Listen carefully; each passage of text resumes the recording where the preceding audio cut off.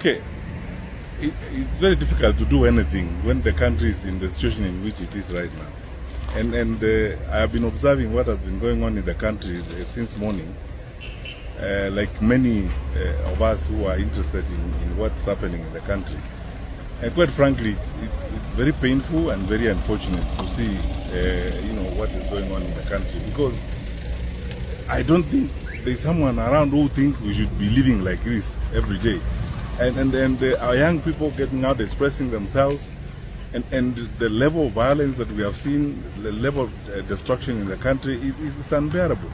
And we cannot pretend that there are no issues. And this has nothing to do with politics.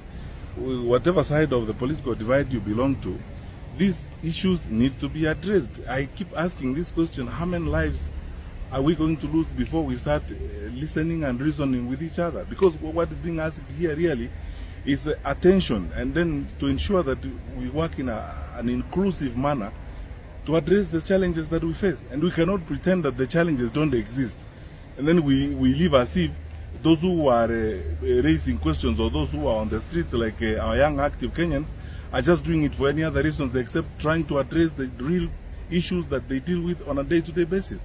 So for me and many of us, really, it's a very, very sad day and very painful. If we were a little more open and more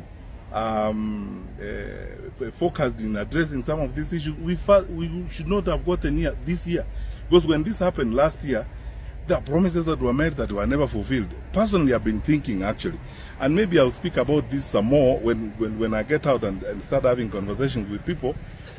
We needed an open public inquiry on some of these things, and on all things that are being raised, whether it's about an accounted for deaths and so on. We need an open public inquiry on these matters so that issues can be resolved and can be addressed effectively and conclusively.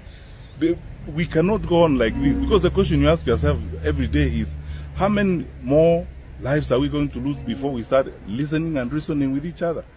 And what else needs to happen before we get to a point where we forget about whether it's politics or whatever the issues are, and focus really on the questions that we are being asked at this particular time? Why must it be that when people ask questions, they are met with either a different attitude, or they are met with violence and so on and so forth? Yet they are basically asking questions, and they're not saying things that are alien to us. They're saying that things that we know and we ought to relate to in an effective manner. So my view is, I've observed this for the bit that I could, and listened very carefully, tried to spend most of the time,